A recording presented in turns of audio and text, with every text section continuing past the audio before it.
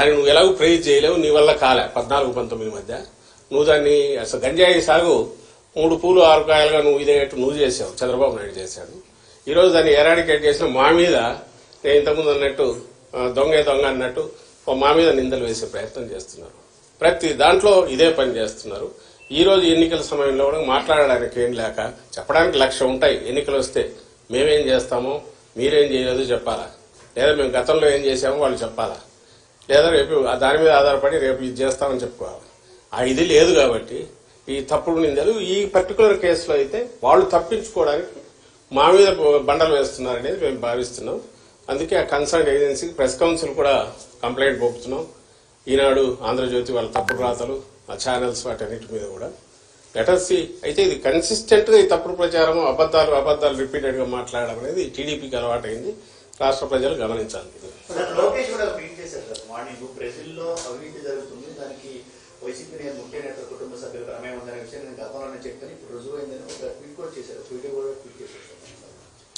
Yellow media చౌకబారు ఏదన్నా third rate కూడా కాదు, అంతకంటే హీనమైన స్థాయి ఎవడన్నా ఉన్నాడంటే అతనే లోకేష్ అనుకుంటా. లేకపోతే దేనికి ట్వీట్ చేస్తున్నాడో తెలియదు, అసలు ఎందుకు చేస్తున్నాడో తెలియదు. ఏమన్నా మోకాలకు బట్టతలకు సంబంధం ఉందా? బ్రెజిల్ ఎక్కడో దాంట్లో దేశం ఉందంటే ఎప్పుడో సాయిరెడ్డి ఏదో అక్కడ బ్రెజిల్ ప్రెసిడెంట్ గురించి ఇచ్చేసాడని ఇంటర్నేషనల్ దీంట్లో ఎక్కడన్నా గ్యాదరింగ్ లో కలిసి ఉంటారేమో తెలియదు, ఏదో ఉంటే అతను చెప్తాడు. కానీ ఈ రోజు జరిగిన దాంట్లో ఈ కంటైనర్ లో వచ్చిన దాంట్లో దొరికిన దానికి సంబంధించి ఎవరు దీని వెనక ఎవరెవరు ఉండే అవకాశం ఉంది, ఆ కంపెనీ కాన్షియస్ గా చేసిందా అనేది తేవాల్సి ఉంటే అప్పుడు సహజంగానే కంపెనీ ఎవరిది అనేది చూస్తారు. అది చూస్తే సహజంగా మొత్తం ఎవరు అనేది కనపడుతోంది. దగ్గరి బంధువులు, కుటుంబ సభ్యులు, లేదా వీళ్లతో కలిసి ఎప్పుడు తిరిగినట్టు ఆ ఫోటోలు అన్ని బయటకు వచ్చాయి. ఈ గ్రూప్ తో ఈవెన్ చంద్రబాబు నాయుడుతో ఉండేవాళ్ళు ఆయనతో ఉన్నారు. ఆ గ్రూప్ కు సంబంధించిన వాళ్ళు ఎవరు రెగ్యులర్ గా కలుస్తారో వాళ్లే ఆ కంపెనీల్లో ఉన్నారు. ఇది సహజంగానే వాళ్ళ మీదకే పడుతుంది.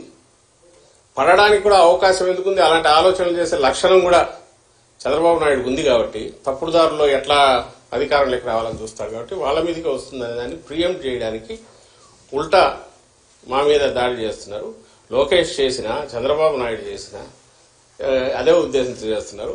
ఆ స్థాయి నిజంగా ఆ స్థాయికి రావాలనుకున్న వాళ్ళు చేయకూడని పని చేస్తున్నారు. వాళ్ళు అంటే వాళ్ళకి ఈ జన్మలో ఈ రాష్ట్రంలో ప్రజల అవకాశం ఇవ్వలేదని తెలిసిన తర్వాత వచ్చే డెస్పరేషన్ లోనే ఇలాంటి కామెంట్స్ చేస్తున్నారని మేము అనుకుంటాం. సార్ అంటే వైసీపీ ఓడిపోతున్నామని అర్థమైంది, అందుకనే ఆఖరి నిమిషంలో ఈ చీకటి మాఫియాలు రెచ్చిపోతున్నప్పుడు లోకేష్ అంటున్నారు.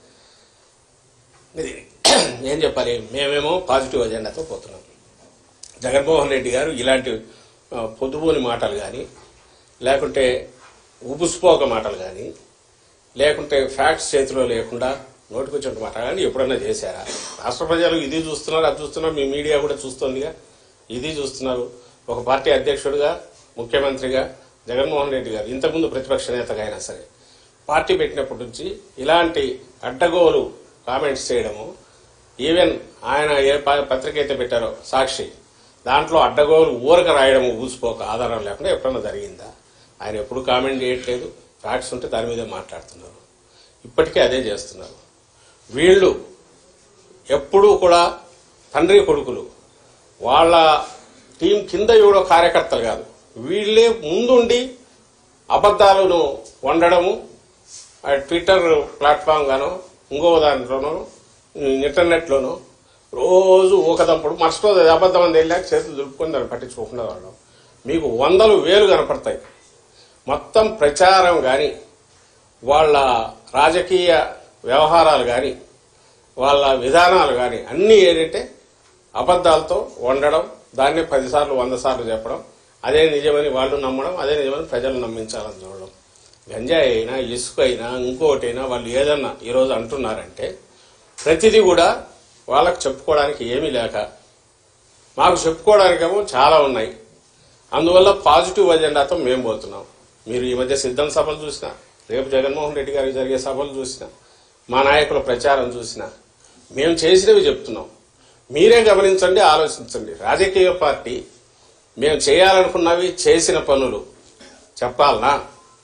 ఒక థర్డ్ రేటు పల్ప్ బుక్లో వచ్చినట్టు ఫిక్షను దాన్ని పట్టుకొని అవి వాటికి సంబంధించినవో ఏదో వ్యక్తిత్వ హననం చేసి వాటికి సంబంధించినవో క్యారెక్టర్ అసాసినేషన్ పాల్పడి ఇవన్నీ తెచ్చి మీడియా ద్వారా ఉండి ఇదే ప్రజలకు అవసరమైన రాజకీయం అన్నట్టు చేయడం అది రియల్ రాజకీయమా?